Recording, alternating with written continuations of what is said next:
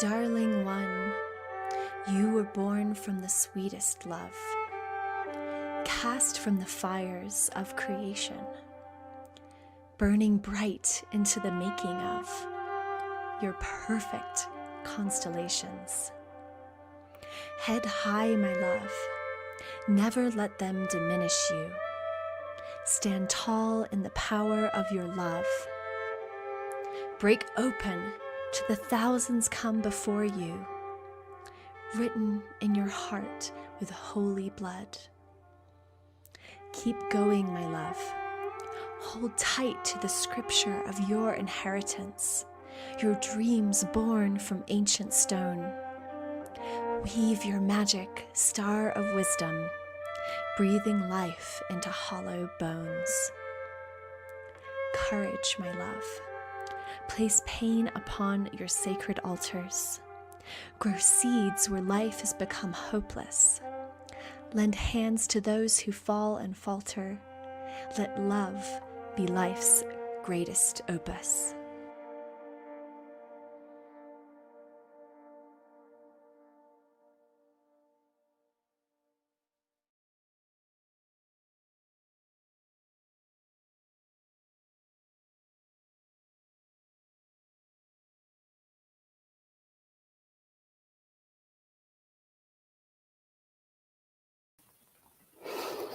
Hello, and welcome to this podcast episode. My name is Tara Wild, and I'm the creator of the Dreaming the Ancestors podcast series and community, where we talk about remembering and reclaiming ancestral stories, feminine wisdom, and earth magic.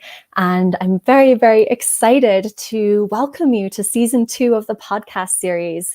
And I just want to take a moment here to tell you a little bit about what is going to be different about this season 2 of Dreaming the Ancestors podcast. So first of all, as you can see, these podcast episodes are now going to be held live in the Facebook group, the Dreaming the Ancestors Facebook group, and on my YouTube channel every month. And for those of you who are watching this live episode, you're also noticing that we're breaking out of the audio only format, and I'm here on video, and Mary is going to be joining me on video here very soon. And after each live episodes, these episodes will then be uploaded to Spotify and Apple Podcasts as usual. And my intention here is to really give you more accessibility to these podcasts. And it's also an opportunity to ask guest speakers any questions that you have in real time. So if you're watching live and you have a question for Mary, please feel free just to write it in the chat.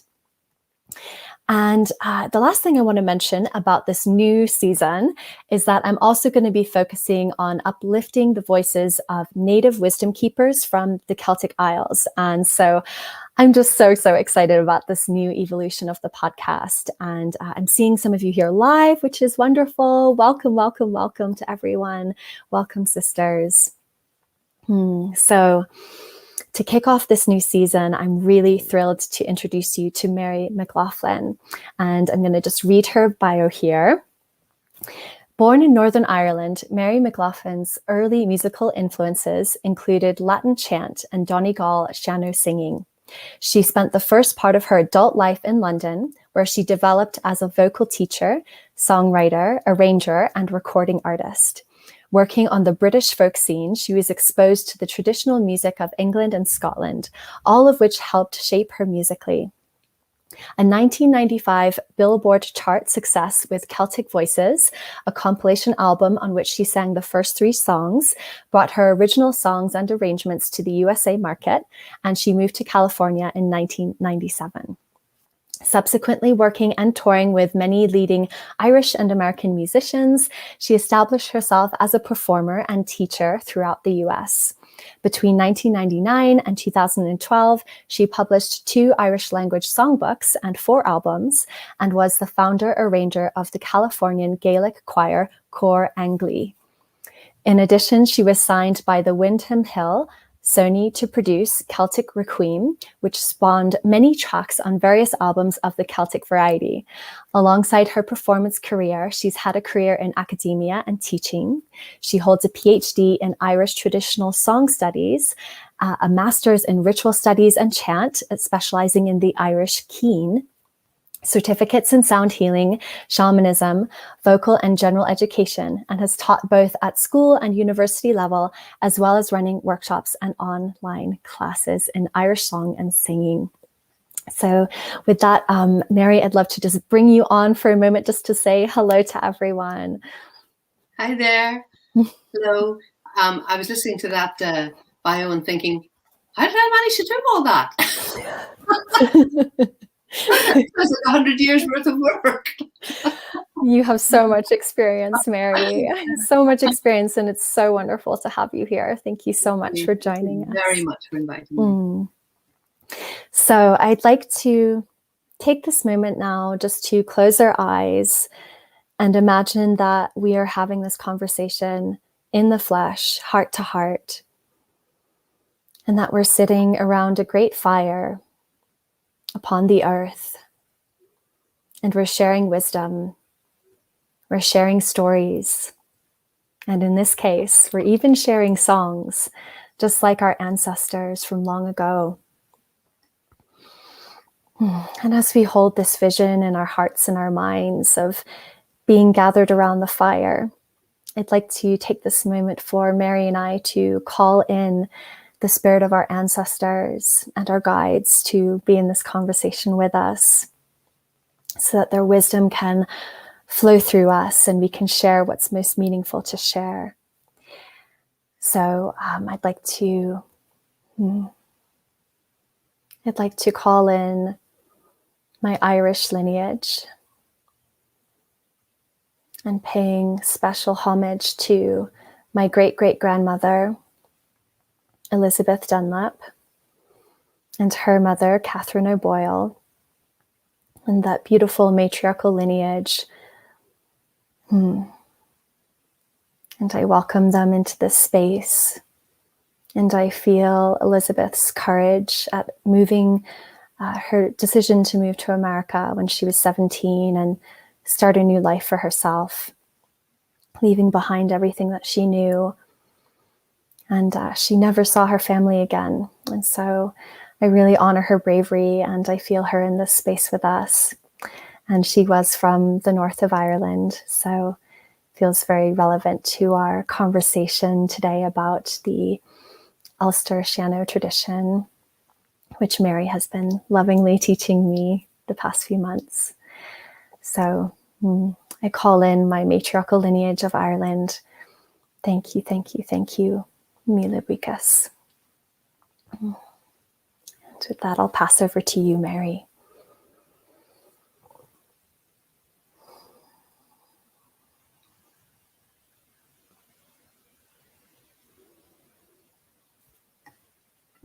Oh, sorry, Mary, you were just, sorry, I had you muted. Do you think you could start that again? So sorry. Thank you. I'd like to call in the Dagda, a mythical god of music with a magic harp, and many, many stories about him. I'd like to call in the goddess Bridget, because she is one of the greatest blessings of this country. And on a personal level, some of the singers that have inspired me, Sheila Gallagher, who passed away in the 50s, I believe, Mary McLaughlin Kelly, these are northern singers, Mary McLaughlin Kelly, who was the last known keener in the north of Ireland, in the Armagh area, in the Oriel area. Yeah, and on a very personal level, my great uncle James, who apparently specialized in 22-verse songs. And I never had the privilege to meet him, but I always feel that he's somehow with me. Thank you so much, Mary. I love that you called in Bridget. She's one of my beloved guides, which some of you, the listeners, will know. And the title of this episode is Sacred Song Traditions of Ireland. And really the first thing to say is that Ireland has such an incredibly rich culture and heritage when it comes to music, and especially traditional music. And perhaps not everyone would describe traditional music as sacred music, but this is really how I perceive and experience it, because the songs are passed down through the generations. And, you know, these songs tell stories about history and culture and really connect us to that beautiful through line of memory. And, you know, sacred songs have been important to our ancestors throughout history and all around the world. And it's an important aspect of cultural identity. It brings people together in community, and the act of singing and sounding gives us the opportunity to transcend into non-ordinary states of consciousness and connect with something so much greater than ourselves. You know, sacred songs can be incredibly healing and liberating, and they can really invite us into the feeling aspect of ourselves that really gets us out of our heads and into our hearts. And just before I pass over to Mary, I just want to mention that I've just started taking Irish singing lessons with Mary over the past few months, and she's really the most wonderful teacher. And Mary, I'm just so honored to have you here with us today. So, Mary, my first question for you is, you know, I'd just love to hear a little bit about your personal story.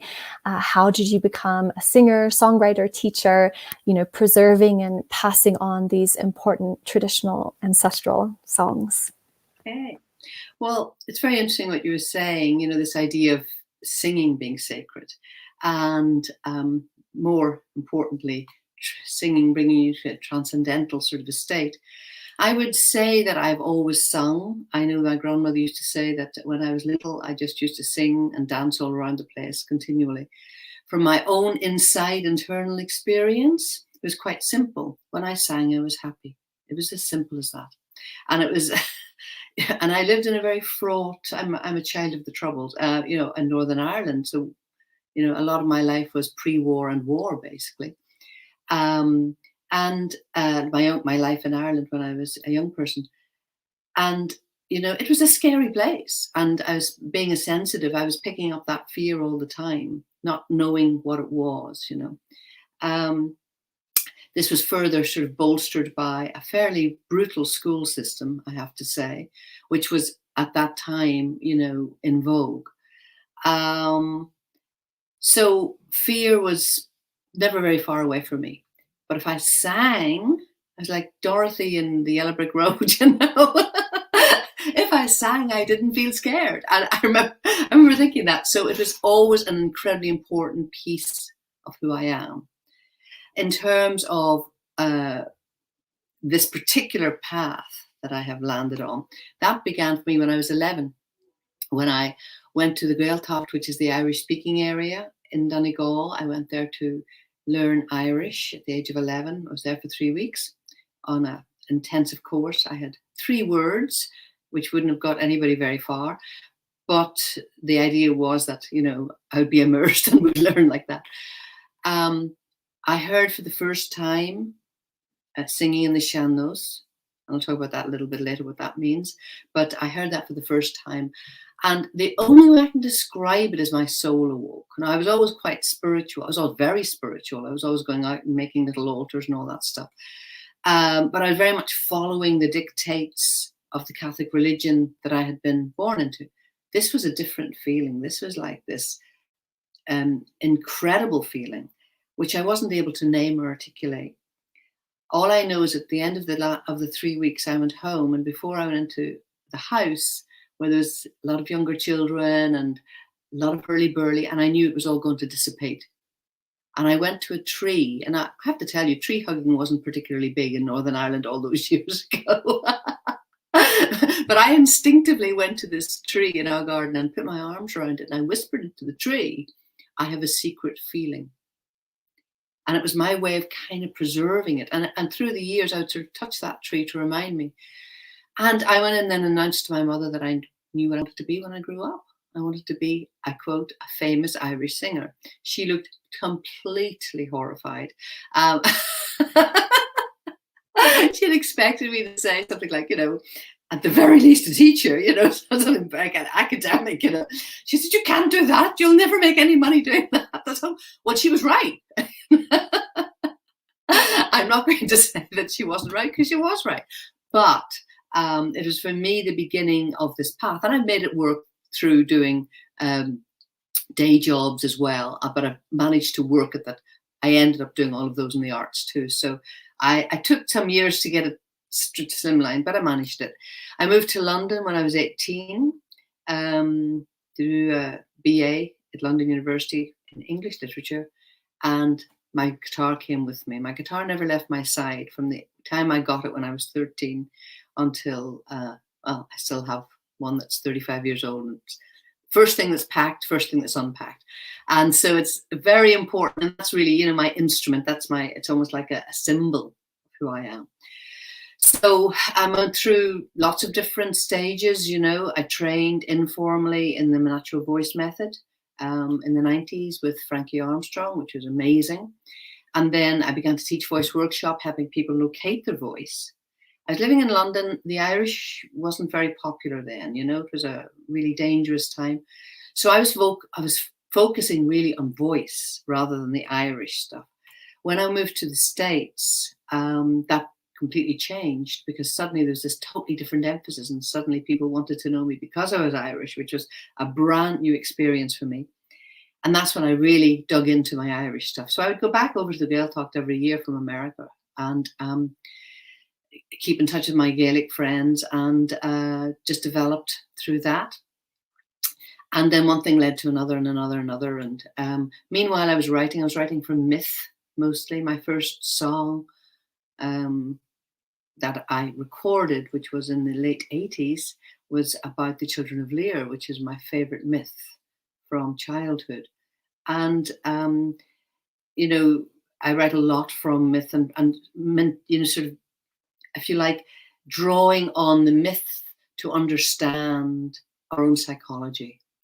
Because it took me a little while, and then I realized, these are all about me. They're all about me. And then it's true that every writer in any genre is always writing to some extent about themselves. But you hope to write in a way that is going to reach other people, that is encapsulating archetypes and symbolism and metaphors that other people can come in at their level with, The sacred song thing, I would say I was always a sacred singer because I always loved religious music. And it's a very interesting, I've been thinking about it quite a bit. What does it actually mean, this idea of sacred song? And we just talked about the act. But in terms of repertoire, I think it's more specific. I think it has to be specific because otherwise it gets lost. And sacred for me is very bound up with ritual. And ritual is about form, and it's about creating a container, and it has got a clear beginning, clear middle, clear end, but more than anything, it has a clear intent. So the intent is an incredibly powerful driver in all ritual. And so sacred song for me is that which is connected to ritual or recalls ritual of some kind. And the other piece I would say about sacred song, which I think is very important, and it's actually a key piece of ritual, there has to be a shift. There has to be a shift in mood. There has to be a shift in understanding. There has to be an uplifting of some kind. Even with the saddest songs, the Keens, which are the saddest songs, they are incredibly sacred songs. And there is a movement through the Keens. I do courses in the Keens, and there is a gradual movement of what happens. It helps guide people through a grief process to be more uplifted at the end. So I think that sacred has always been a huge thing for me, although I didn't always name it like that. And then in the last, I would say, 10, 11 years, I've really focused in very much on the sacred. The Córan Glee project was about that, really. It was about singing sacred song in Gaelic. And so I had a choir. I had about 2 people, I think, who were really, really good Irish speakers when we started, 2, maybe 3, and about 20 people who had never actually spoken any Irish. And we did only Gaelic. So it was an amazingly brave thing for some of them to do. And it was very uplifting. It was a wonderful 7 years, I have to say. And then I introduced the Latin chant as well into that, because that is a huge piece of influence in Ireland. Wow, thank you so much for sharing, Mary. So many golden nuggets in what you just shared. That was so gorgeous.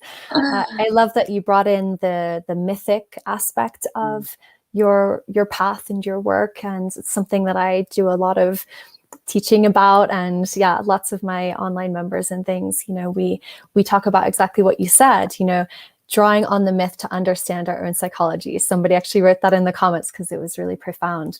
Yeah. And I love the intention and the ritual, and so beautiful. So my next question for you, Mary, I think it would be really informative for everyone if you could share a little bit about the different kinds of traditional music from Ireland. So sean-nós singing, the keening, the ballads, et cetera, et cetera. There are so many. So I'm just I'm gonna let you go with that, because I know there's a lot to share. Yeah, I think the best way to think about it is, you know those family trees you see, where there's, 2 names at the top, and then vertical lines and then horizontal lines as they branch out. I think that's one of the best ways to think about the tradition.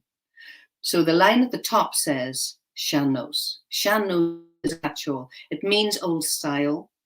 It's a phrase that was coined in 1904, and it referred to music that was acceptable in the Oireachtas, which was the Gaelic-speaking singing competition. So what was happening in the late 1800s in Ireland, the old music, the old way of singing was changing. There was a Gaelic revival, and there were other influences coming in. There were Anglo influences coming in. There were American influences coming in, and all of those were beginning to affect the music. So it was changing from what it had been into more what they call parlor music. The sitting around the piano sort of a thing. That's not typically or traditionally an Irish thing. It's much more Anglo. So the Oireachtas, or these you may have heard of the Flachiol or the Fashion or any of those things, those competitions, and this is Gaelic, purely Gaelic. And they would have, of course, all sorts of dancing and instrumentals as well. But in terms of the singing, they decided that the only way they could fairly judge was to have certain criteria. And those criteria, they dubbed sean-nós, old style. So the criteria were that it was A, the song was in Gaelic. B, it was sung unaccompanied. C, there were certain conventions that were used which were acceptable within that tradition of singing, certain ways of singing, a slight nasalization, sometimes a singer would begin with a little hum to place the note, those kinds of things. So there's quite a few sort of these conventions that came in, but I've really named the most important ones, which is the Gaelic and the unaccompanied. So then that's the style of singing. So when we talk about sean-nós, so that's our first line. But when we talk about that, we've got our 2 vertical lines. And the first one, that little horizontal line, is style. So that's the way you sing. And so that'll apply even to English language songs. And that's what happened in the last 50 years. English language songs are sung in that way. They're sung with a certain amount of ornamentation. They're sung with sometimes the nasalization. They are now accompanied and they're sung in harmony, but there are those basic conventions in there. On this side of our line, we've got repertoire. And so I say that sean-nós repertoire, what I understand by it is the older repertoire in Irish. And so by the older repertoire, I really do mean pre-1900, pre the 1900s. I meant 19,000, didn't I? 1900 and whatever. But yeah, that's sort of, that to me is how you kind of separate those 2 out. Now, underneath that, you can put many, many more lines. And I would start with themes. So if it's sung in the sean-nós, or if it comes from that particular repertoire, then that there are going to be these themes. And the themes are the themes of any tradition. There's love, there's loss, there's death, there's arguing, there's politics, there's humor, there's drinking, there's poverty, there's jealousy, there's all of human life is in there. Of course, a big theme in Irish tradition is emigration, because it was a massive, massive piece of our history was emigration. And so there are a lot of emigration songs, and some both from the point of view of the emigrant and from the point of view of the immigrant. So, there's a lot of that sort of stuff as well. So, it's a huge, huge area. There are so many songs. And as I say, I would say the pure sean-nós, pretty much anything that was composed in Irish before the 1900s or something. And the sean-nós style has gone right through the 20th century, right into the 21st century. And it seems to be something that we all sort of just learn by osmosis here. So an Irish singer will almost naturally sing in a certain style. Having said that, as I've discussed with you a few times, Tara, there are 3 dialects of Irish, and there are 3 styles of singing that go with each dialect. And so in terms of that, I come from the Ulster tradition, which is the sparsest of the singing traditions. We don't ornament so heavily as the other traditions. Our tradition is closer to Scotland because we're geographically closer. So we're only 14 miles from Scotland at the tip of Ireland. We're actually very, very close. And there's huge amounts of interchange backwards and forwards and all this sort of stuff. So Scottish, and they were also preserved a Gaelic culture. So their Gaelic culture and our Gaelic culture quite often, have got mixed up. The further you go down south, the farther it gets away from Ulster. So the Connacht tradition is the most floral of the traditions. Joe Heaney is the sort of the emblematic singer there. There's Roisin El Safdie's a contemporary singer there. Wonderful, wonderful singers. And if you listen to them, they're very heavily ornamented in terms of, they're like this ornate gate, it's beautiful patterns and everything twining in. The Kerry and the Munster style is between the Ulster and the Connacht, leaning more heavy towards Connacht. Again, they have got a lot of ornamentation there of the melismatic style type, but not quite as ornate as Connacht. And as I say, as we get up, our variation is different because we emphasize more glottal stops, and which are just sudden stops in the middle of a song, which are quite dramatic when you do it. We emphasize those. We also emphasize rhythmic stretches or rhythmic syncopation and melodic shift. So we'll move the note around. So I'll give you a little example of what I mean by that. And then I have the 3 kinds of ornamentation in this, because so it's like, this is the quiz part. Spot which ornament I'm using. Is it melodic, rhythmic, or melismatic? That's the sort of the thing. So I'm going to use just the first line, and this actually happened to me. It's the first line of a song. I was at a workshop years and years ago in Derry, and it was about sean-nós. And there were 5 men there who were sean-nós singers from the area. Everybody else had come in from Canada, Australia, the States, whatever. And so I was co-running it with Frankie Armstrong.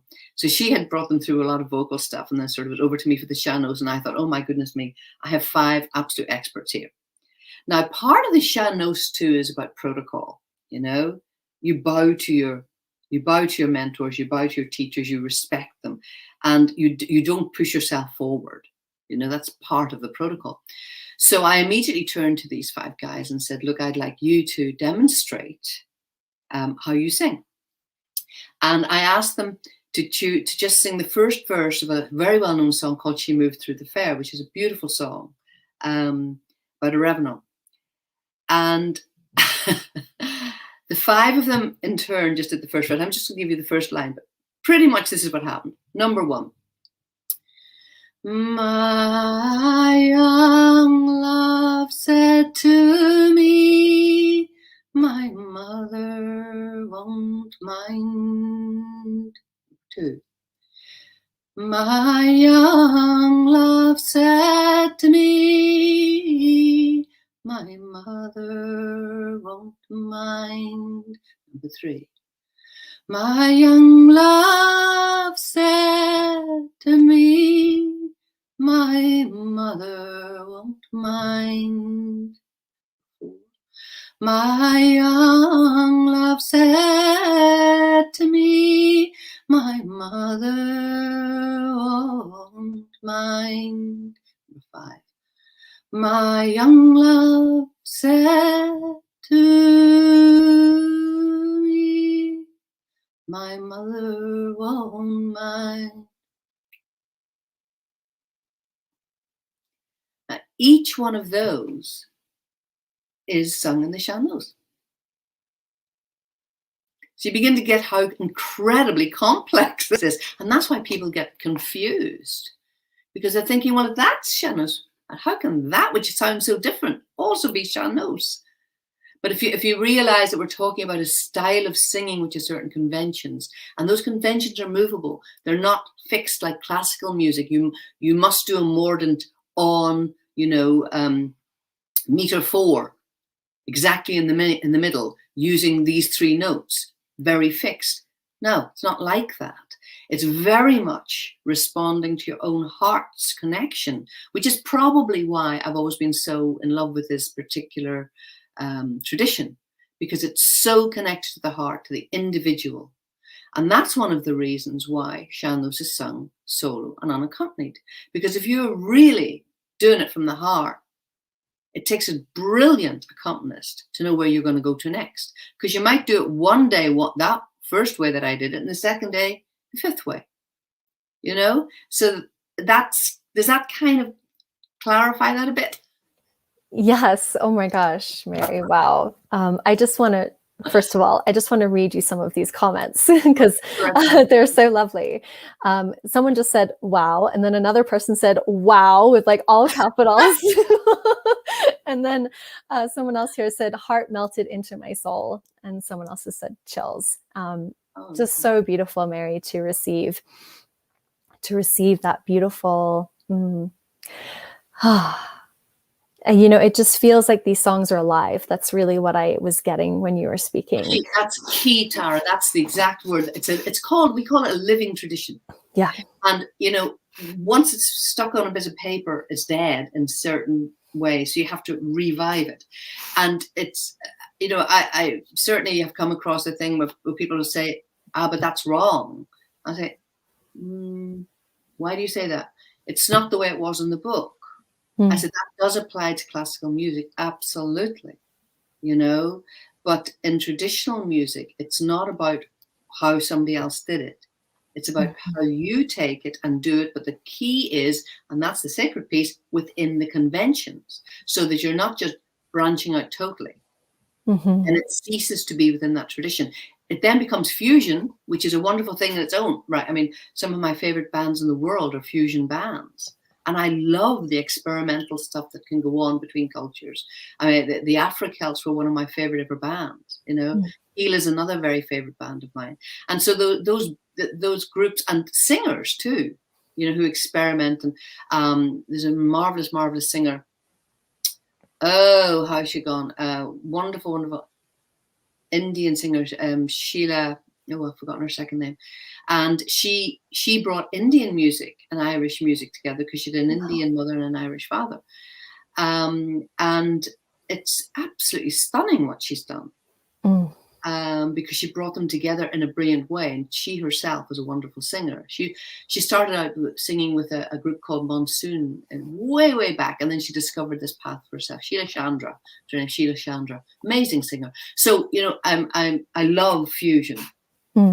But I also like to be clear about what we're doing, and I mean, I will experiment with lots of things. All my own albums are multi-track. That's not sean-nós. but I use some sean-nós songs, and I also use the style because it's so much in me to sing that way. But then I'll have instrumentation going on. I will have harmony going on. I'll do my own tracks because nobody else could possibly follow me because I'm totally irregular. But I can follow myself. So that kind of a thing. So I've worked once with a woman called Anne Lister, who's a marvelous songwriter and singer in her own right. In England, we did the English folk scenes. This is way back in the 80s. And she and I had a marvelous line going between us, so that we could literally just follow each other, and we'd make the same mistake at the same time. And that takes a special kind of relationship. I don't think I ever found it quite to that extent with anybody else, but yeah. So that's the sort of the sort of outline of the thing that we do. Yeah. Living tradition. It's important to remember that, but remember that it's within the conventions, within the ritual. Yeah, like honoring the past and the way that the songs have been passed down while also allowing it to be alive. Yeah, that's really exactly. And I always said about text, the best way to get into a text is to consider, what did that composer mean? Everybody, and any songwriter will know this, any writer will know this, you write from your own experience, you write from your own emotions, you write from the landscape around you, whatever it happens to be. And to just touch that piece when somebody else has written a song, and then somehow you've got to take that and make that your own. So I always say, look for the core emotion, look for the core feeling that's in there, look for the core message, whatever it is, and then deliver that message in your way. And that's the skilled part of it, if you like. But mimicry isn't going to do it. Mimicry is not going to work. However, you can't really learn the conventions and the framework unless you mimic. So certainly as children, when we were introduced to this, it was very much osmosis. And I would say to anybody, immerse yourself, listen to lots of people singing. You'll begin to then feel, you get into that pool. Then you begin to swim with them, in your own way.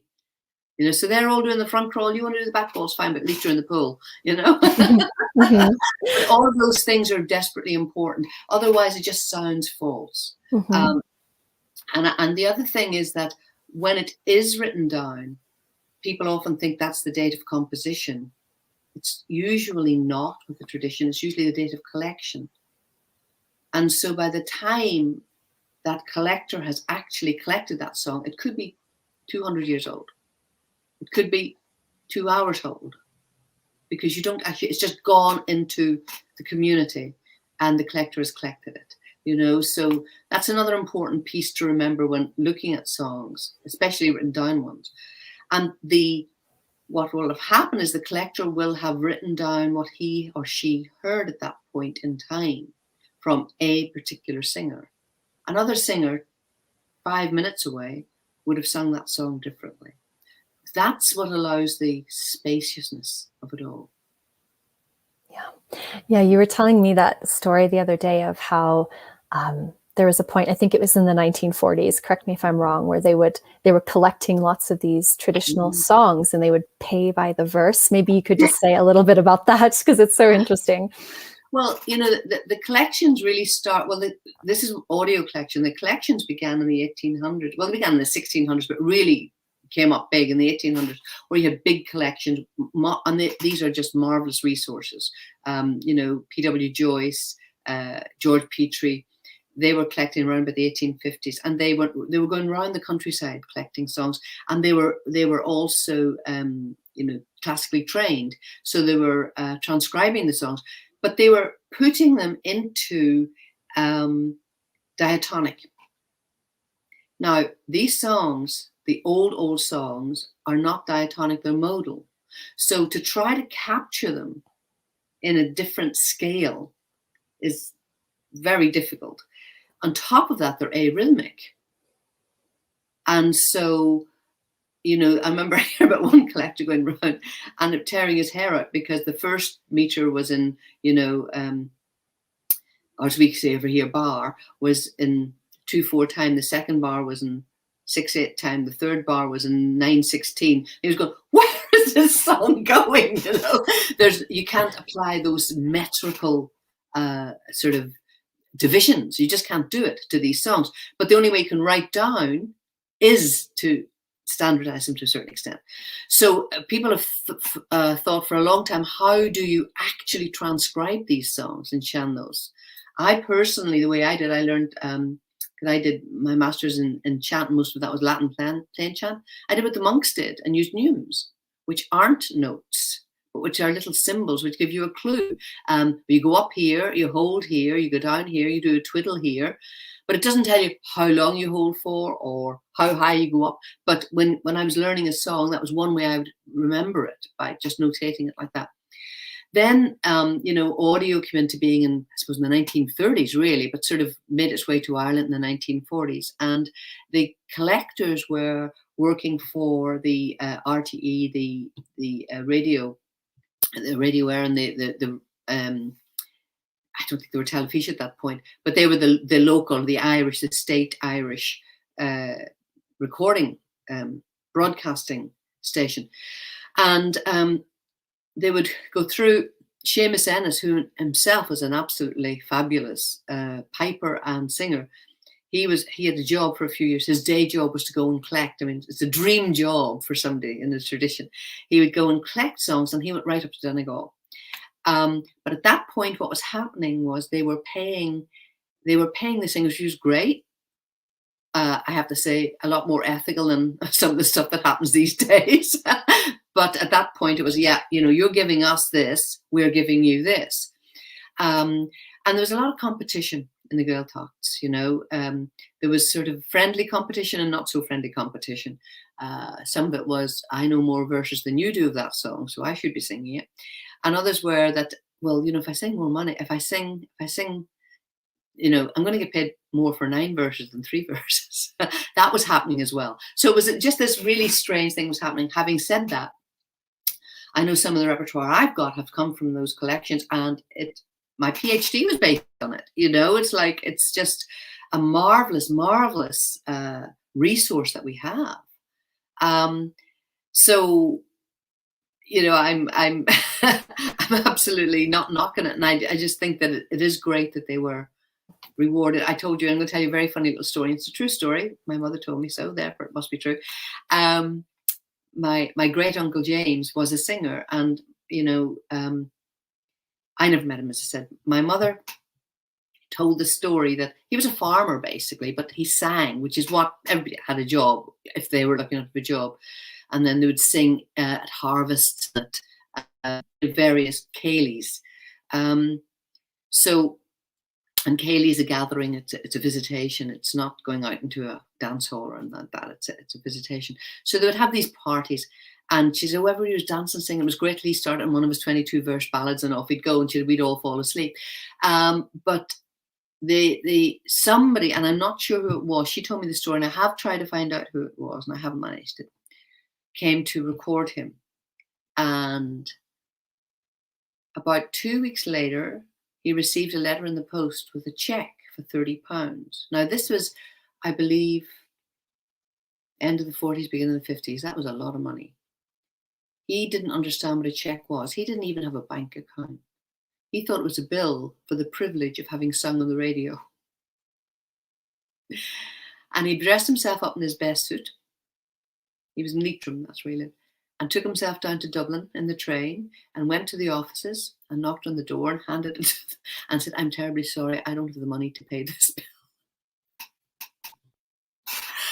And they said, but it's a check. And he said, well, what am I supposed to do with that? I don't have a bank account.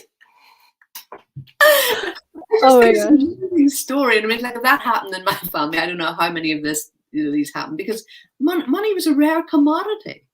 I don't blame people for, I'd probably been out there singing 20 verses myself if I thought it was going to make me a bit of money and I could buy a pair of shoes, What do I always think contextually around these things? Wow, such a great story, Mary. And yeah, I love that through our conversation, you're bringing in some of the history of Ireland just through, through your personal lived experience of these songs. And one of my next questions for you is, why does the traditional music play such an important role in the cultural traditions and history of Ireland? And I know that's a big question, but Well, I perhaps think you there can are two, attempt to answer. answers to it. One is the ancestral piece, and I think this is true of all traditions. It's a hotline to the ancestors. It's like this marvelous golden line, this thread that's gone through. And we live in different ages and times, but ultimately humans don't alter that much. We have computers. A couple of hundred years ago, the printing press was invented. When I went to school, we wrote with pens, and I had an inkwell. I was in the Ulster American Folk Park the other day, which is a wonderful folk park near Omagh, in Northern Ireland. And there was a schoolhouse there from 1850, and they were using goose quills. So technology certainly develops, but the humans don't really change that much. We all feel we have exactly what the song's about: love and loss and all of those things today. And so, I'm sure there are songs about computers, but I don't think it's going to form a whole tradition.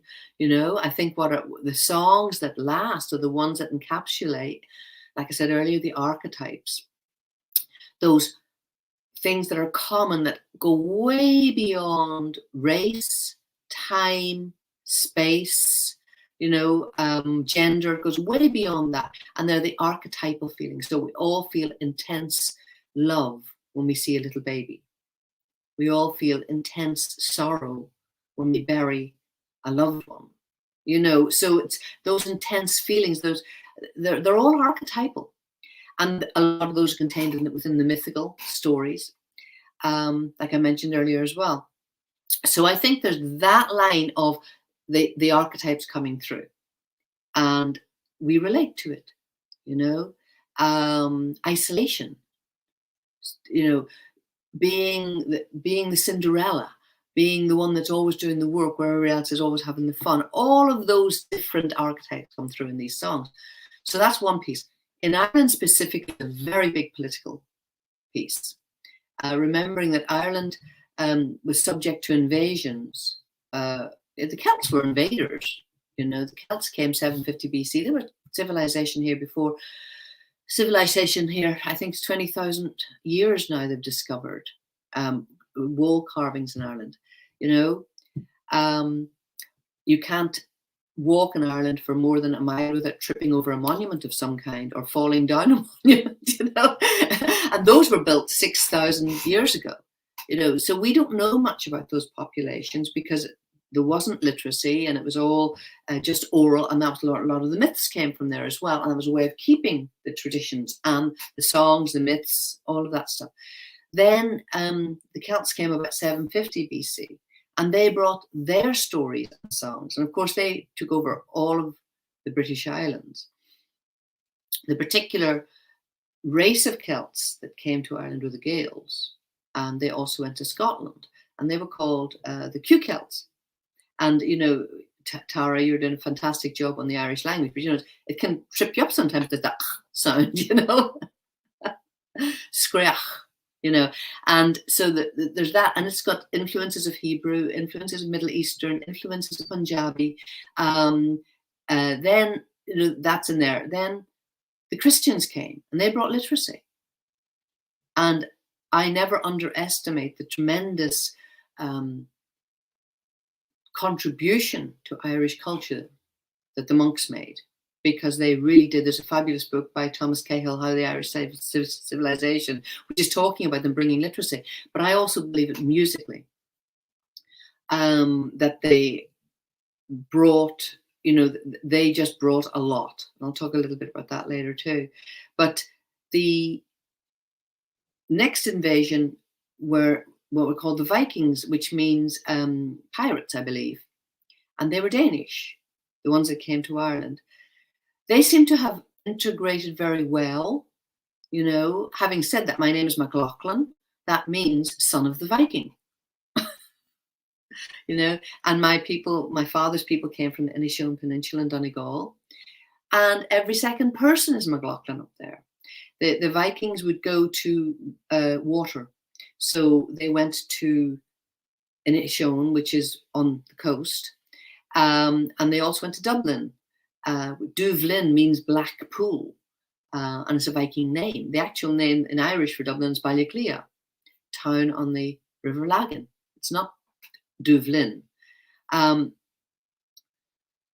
But they also seemed to settle in and assimilate. And, you know, so we know that there's Danish, you know, there's Danish and Celtic heritage here. But then the next invasion was the English, who decided to colonize. Now, there already had been lots of interchange. We're not that far away from England, you know, and there was lots of interchange between England and Ireland. Lots of trading went on. The Romans never came here. They invaded England, and remember, there was all that Roman and Anglo and Pictish and all that stuff all happening in England. So they were also an amalgam of invasions. But Henry VIII, you know, made the decision that he wanted to colonize Ireland, and so that began with him. And then, of course, it went exponentially. Well, you know, the Irish weren't very happy about this. And the Irish by this point were a mixture of people, like I say. But they were bonding together and working together in community. So one of the things that happened was they clung fiercely to their language and to their culture. So it was like this raft in the middle of this oncoming tidal wave, and they clung fiercely to it. So that's why I think it's so very, very strong. There's the two pieces going on. It's the connection to the ancestors and it's the connection to the past, but it's also a political statement. This is who we are, and we're not who you are. We can definitely tolerate each other, and we can definitely be together, but we're not the same. There's a huge amount of similarity. And I will say here that what happened again in the 1800s, particularly when broadsides were those big ballad sheets, and they were prolific in England, you know, and it was a way of spreading news, because a broadside was a fabulous thing. The Bodleian Library have them, and I think one of the Oxford libraries as well. Bodleian libraries online, they're absolutely brilliant, because it's like the Sun newspaper, you know, it's one of those papers. It's got everything, but it'll also have, you know, the latest news, you know, from wherever, and it'll also have recipes, and it'll have maybe some fashion advice from the 1700s or something like that, and it'll have a song or two. So, you know, these were amazing. They were big pieces of paper, and they would squish it on there. And then balladeers would stand at fairs, and they would sing the song and then sell the broadside, so that they could actually live. That they were hawkers, they were buskers. Again, what happened was some people who bought the broadsides were literate in the 1800s. Others weren't. So people would hear them singing, and they would hear the tune, and they thought, really like that tune. They'd go home, they either wouldn't have the broadside or they couldn't read it, and they'd make up their own words to the tune. Or there might be another song that they knew the words to and they didn't like the tune, so they'd do a little swapping there. That was another thing that happened. And that's one of the reasons that we have maybe 5 or 6 songs to the same tune in different parts of Ireland. So it's not right, wrong. Nobody knows where it really began. It was all this transmission happening all the time. Plus the English, Scottish, Irish working people were always intermingling, because there'd be potato picking in Scotland and berry picking in Scotland. They'd be fishing around the Irish Sea and going over to Liverpool, going in the big boats to America. There'd be, you know, back and forth wherever the work was. And they'd be swapping stories and swapping songs. So you find a lot of the child ballads that are basically Scottish came into the Irish repertoire. But these are all English languages of the late 1800s. So I always say, you know, if you're not sure, see if it's in Gaelic. If it's in Gaelic, if it's in Gaelic before 1900, it's probably, I mean, almost certainly a sean-nós.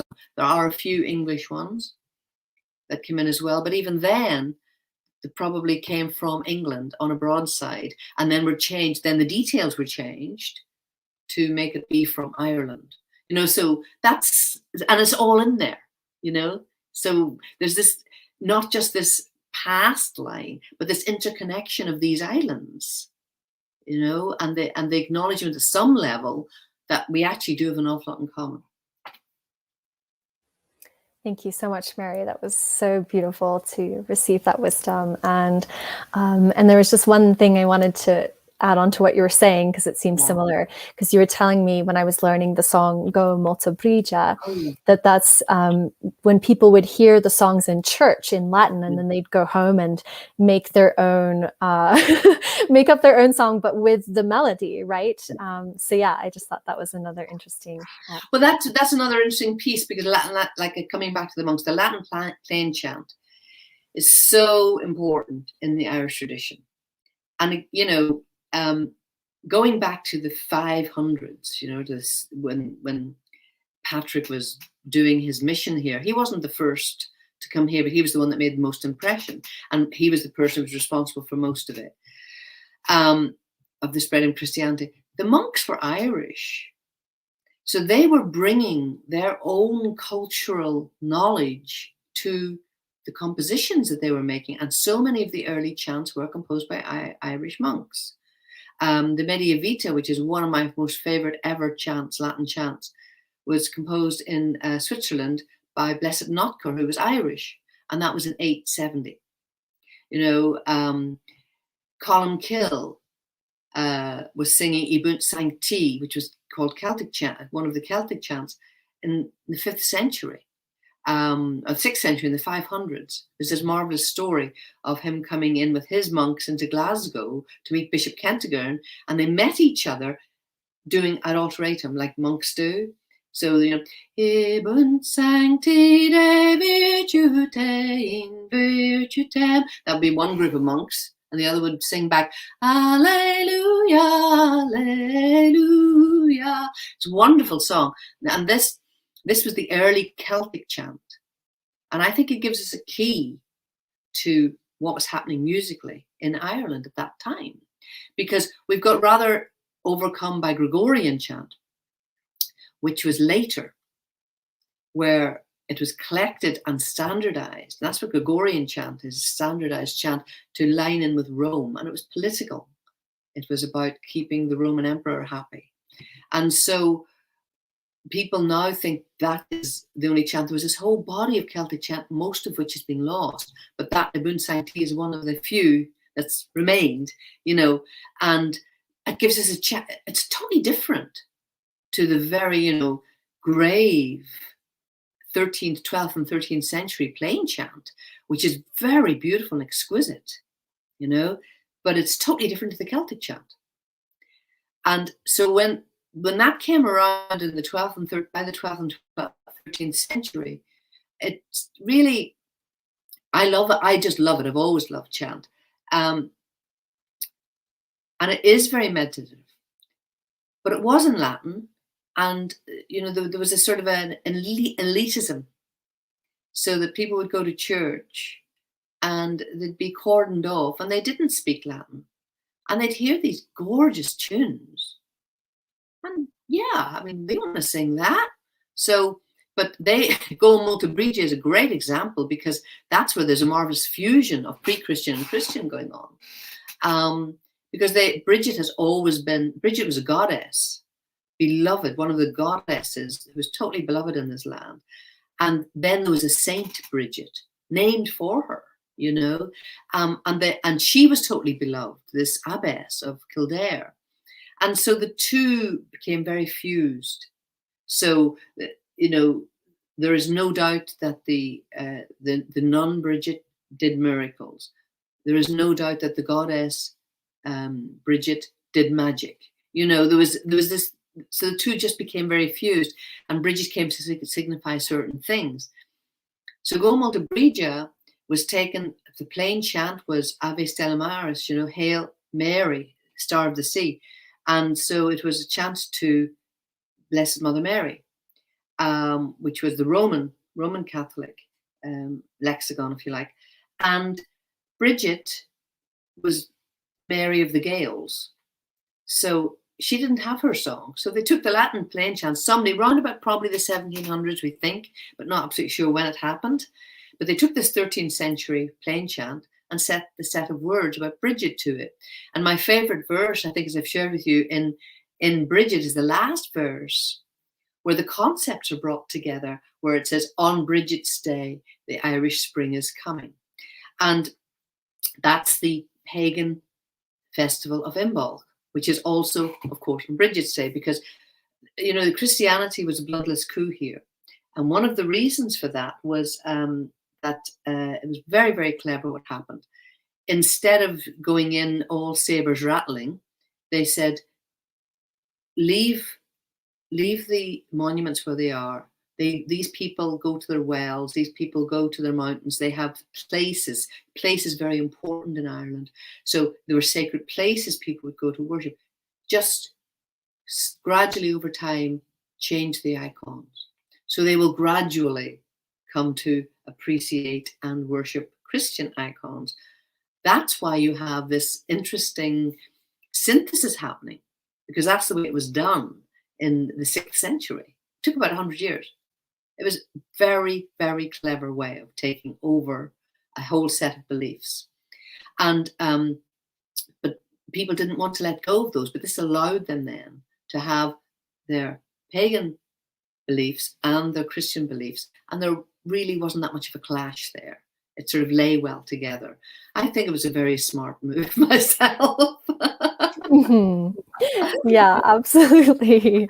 And I love how Christianity and paganism weave together so beautifully in Ireland, you know, because at first glance, they might seem like two completely separate things, but they're really not, as you just beautifully expressed. And that was actually one of my questions for you, but you already answered it, which was wonderful. So thank you for saying that as well. Is, you know, the fairy faith. I mean, because that's pagan. The fairy faith is pagan. But you will find here that, you know, nobody's going to cross the fairies.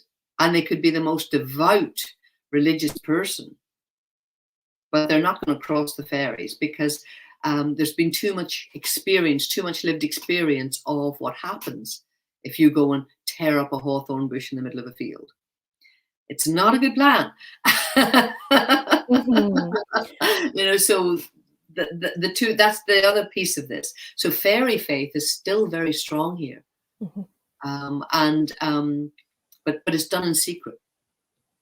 It's like, you know, my mother would preface sentences with it. And I always knew a good story was coming when she'd say, of course, I don't believe in such things, but they do say, and then she'd tell me this wonderful story, you know, about fairy faith, you know. And that, so it was this kind of weird way of passing on information. That it's not true, but, you know, or, you know, there's the story of the man who was asked, well, do you believe in fairies? You know, and he said, of course I don't believe in fairies. A lot of pagan nonsense. Why would I believe in that heathenish stuff? But they're there. You know, and it's this duality, which is very charming and also very confusing to visitors to the country. Yes. Yeah, thank you for explaining that. I know we have lots of people listening who either have visited Ireland or want to visit Ireland or come back to Ireland. Lots of people from North America. So yeah, thank you for sharing that. And I'm just seeing the time, and we're getting close to the end here. So I just have a couple more questions that maybe you could just answer. So the first question is a question from someone who's listening, and they're asking, I have a question about the Dulaman song. What is your relationship to this song? Dulaman, right. Dulaman. Is it the seaweed song? Wouldn't probably come across the comments. Dulaman. Well, Dulaman is a Donegal song, and it's about two seaweed gatherers who are basically courting a young girl. That's what the song's about. And so they're having a bit of a friendly competition about who should, there are two types of seaweed, the edible seaweed and the inedible seaweed. So the Dunaman Werach is the inedible seaweed gatherer, and Dunaman Relach is the edible seaweed gatherer. I think that's the way of it. And so, they'll have one, he'll say one thing, he'll say another. Oh, I'm going to go and I'm going to buy you a new pair of shoes. And she says, oh, I'll come with you and I'll get a new pair of shoes. And I haven't got the words in front of me right now, but it's basically, that's what the song is about. It's great. It's a really fun song. It's not to be taken too seriously. It starts off with, so I'm thinking the Irish word here. Oh, daughter, look, there are two men over there courting. And she says, quick, get me my fishing reel. You can make what you like of that. But it's a song that I love, and it's kind of got that chanty feeling to it. There are a few different versions of it. There are a few different verses. The one I know is Annie and Vienno and Anna Furry, Awahar Vienno, Hermaratlan Vijime, Dulamana Binyapui, Dulamandela, Dulamana Faragashabara and Aaron. I mean, that's the version I know. And then I know Celtic Women did a different version, and Clanad did a different version. So, there's lots of different versions. Like I was saying, people like the song and then change it a little bit. Beautiful. Thank you for answering that. I hope whoever asked that question, that answers what you were asking. So, okay. So my last question for you is, what is your favorite traditional Irish song and why? What's the story behind the song? And also, could you sing it for us? Oh my goodness me, how long have you got? Right. Okay. Well, you've hit a very important thing, the story behind the song, crucial. It's called the Udaran Aron. It's the authentication of the song. It's what right do you have to sing the song that somebody else wrote? And the right you have is, in my opinion, is, and what this word means, this phrase, Udaran Aron, means, is that you've done your research about it. You've found out who did write it. And if you don't know that, what do you know about it? So a lot of them come down of, we don't know who wrote them. And a singer will actually introduce it like that. We don't know who wrote it, but it came from a particular area. So my favorite song, and I have quite a few actually. I make a policy of not singing songs that I don't like. So I have quite a few. But my very favorite one is a fairy song. And it's one of the few songs that is claimed to have been actually sung by the fairies. And it's called Colin Just Curriculum, which means the pretty girl milking the cow. And the story that goes with it, and this comes from Tory Island, right up on the tip of Ireland, 9 miles out from Donegal. And the story that goes with it is that a man, well, he wasn't particularly young, but a man was dying on the island, and a young relative was sent for the priest to come and give him the last rites. This was late at night, so Jimmy, the relative, ran to the priest's house and battered on the door and said, "Father, come quick, my cousin's dying." So the priest gathered all his bits, the oils and candles and everything, and he started out. And Jimmy said, "Let's cut through," the priest said, "Let's cut through this field here." And Jimmy said, "No, we can't go there. It's nearly midnight." And the priest said, "So?" And he said, "Well, it's a fairy field. There's a fairy fort in the middle of it. We cannot go through that field." And the priest said, "I'm having none of that nonsense. It's a lot of nonsense. Don't believe any of it. We are going through the field as quickest." And he started pacing off, and Jimmy ran after him rather reluctantly. And as they came to about the middle of the field, and just as it got to midnight, they heard in the fairy fort, which is a natural enclosure, it's hedges round a mound. And they heard the sweetest singing they'd ever heard. And suddenly the priest just stopped, and he became totally, utterly entranced.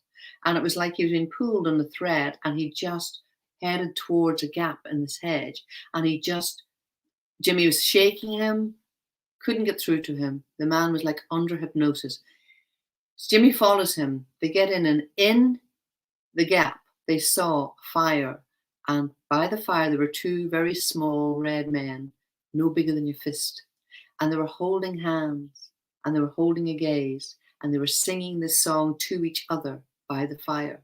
They didn't bother about the priest, they weren't interested, they just kept going. And they stood there and they listened, and they stopped singing, and they still didn't look. They were still holding hands and still holding the gaze and taking no notice of Jimmy or the priest. The priest shook himself and said, "What are we doing? What are we doing?" And ran out, and Jimmy followed them, and they ran. They got to the house, and they arrived just as the man had died. Well, of course, Jimmy told everybody what had happened, and there was a strong belief at that time that the fairies were in league with the devil. So the next thing was that people began to say that the fairies had stopped the priest coming to save the man's soul so that they could catch it. And that they had, they had these, the Mastini Moor, the big mastiffs going around in the ether looking for souls on their way to heaven. So the song, as I said, this particular song is from Donegal. By the time it got down to the south of Ireland, it had changed completely. And it was much more about the devil than it was about the fairies. And the words had changed, etc. So this is the song that I know that is from the Donegal, that goes with that story, called The Priest's Tale.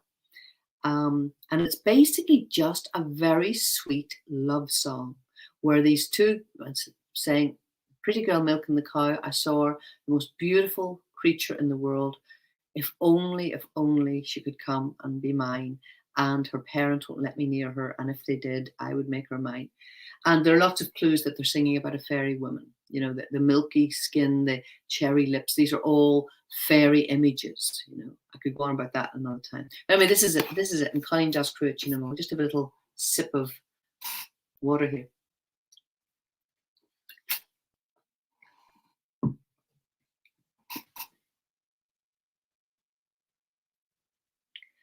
Tablin down is mogam egesja. La caga delisha mapion. O casul yang bragial macleva. Tranon a bragrin worse than all. Yan wo wanya kura gamya. Snahin lega myra lakyo. Sebro on through hana giftim. Yang kalin jas krucha namo. Tabelin is milchanas merha. Ex caputris per evangelio. Is japa gruana kira. Emas naklianang no. Tabelin is milchanas merha. Is gilja latna kasno. Nilogvan is jesha santilja. Nang kalin jas kruja namo. Mana will main and venenya. Lesion spervan royally shoot foes. Is dear shad of Rona mahilse. Gan ne fact, gan sueños, gan tro. Neve sales imachrina minchin. Na sueños are me and alone. Agava kamati then I'm winter. Han Colleen just kruja namo.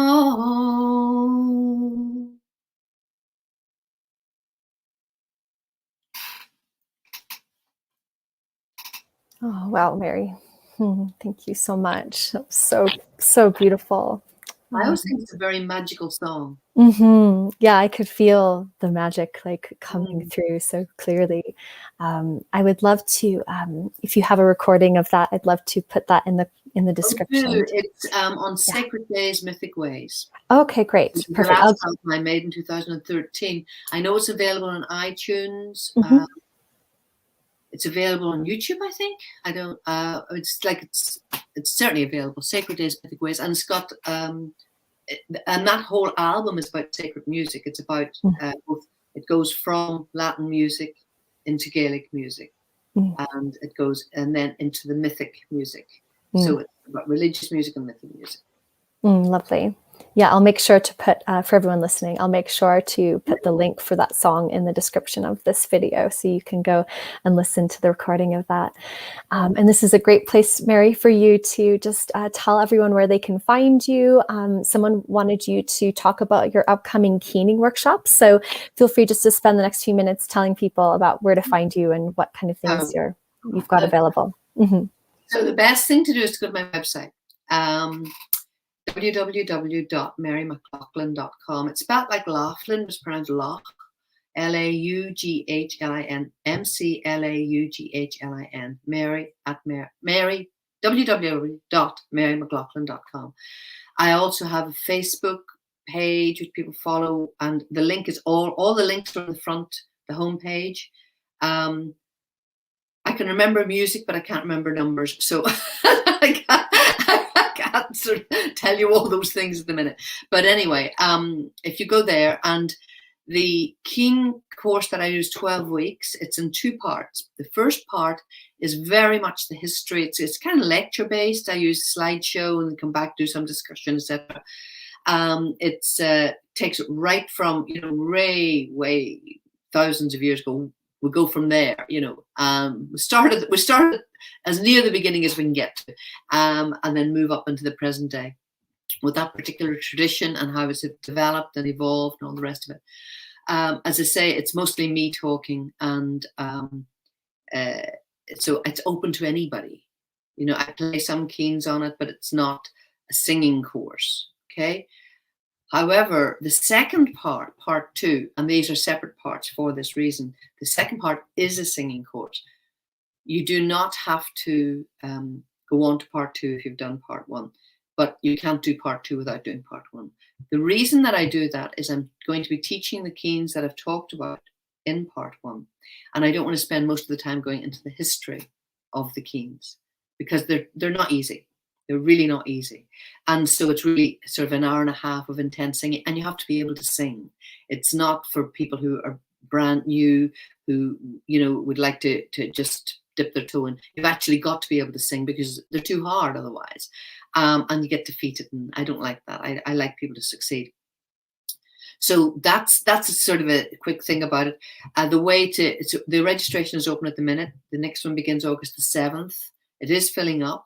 The registration is open, and the way to do it, this is to go to my website, and you will see there's a special drop-down menu at the top, and there's contact. And in the contact, you just write to me and ask me for a flyer that you're interested in the keen, and I'll send you out then flyers. Although the information is on there, to be honest, you can really see it. And I'm going to be putting it up on my Facebook page, the actual flyer, in the next few days as well. So you can do that as well. And then the next course that I'm going to be running will be the Gaelic Christmas course, which is very different. And that's the Gaelic Christmas song course is really very joyous songs. It's all about Christmas. And that I'm not too bothered about the singing, you can join in sort of thing. Although some of them are more complex than others. All my singing courses are, if a Gaelic song is not the easiest thing to sing, is it, Tara? so it's if you don't have to worry about the singing part of it, then you can focus on the Gaelic part of it. That's what I always say. So that's basically what's coming up, and I haven't got to the 22 courses yet because I've been just too busy this year to do it. But I'll be doing another fairy course. I've just finished one. a fairy song. Now, the one I've just sung is not one of the ones I teach, because that would take an entire 6 weeks to teach. So they're a bit simpler, but I may be doing next year a complex one where I will teach a couple of these more complex ones. Haven't decided yet. So the best thing to do is say, go on the website, then sign up for my newsletter. That's crucial. At the bottom of the website, there's a newsletter page. Sign up for that, because that will you will always get information about registration first on the newsletter. It's just gone out about the 7th of August. And you will get all the and you'll get some of my thoughts about various festivals. I tend to write about festivals and myths and things like that there as well. And follow me on the Facebook thing. So I think that's the best at this point in time, until we get moving again. Yeah, thank you so much, Mary, for sharing that with everyone. And yeah, I've been doing one-on-one lessons with Mary, and that's just been such a gift. And yeah, you're such a natural teacher, Mary. And yeah, I appreciate you so much. So please, please do go to Mary's website. And I think that's all for today. Thank you all so much for everyone who's been here live. It's been so lovely to see your comments coming in. And yeah, we had that beautiful question. So yeah, I hope that you enjoy this new format of doing the live videos and getting to participate in the Facebook group and on my YouTube channel. And yeah, I just want to take this moment to thank our ancestors deeply for being with us in this conversation, and our beautiful guides. Thank you for calling in on Dagda and Reed. Mary, that was beautiful at the beginning. So thank you all so much. Tara, for doing this, because it's a wonderful forum. So thank you so much. You're so welcome, Mary. It's been a pleasure to have you. Thank you, everyone, so much. It's been such a pleasure. Thank you to everyone who's listened live. And if you are watching this recording, please feel free to leave a comment on this video and let us know how you enjoyed it. So. And yes, someone's asking, will this be posted later? Yes, this is going to go up on Apple Podcasts and Spotify as usual. So you'll be able to get just the audio recording, and yeah, the video is going to be available on YouTube and in the Facebook group ongoingly as well. So thank you all so much. Lots and lots of love to you all. Bye, everyone.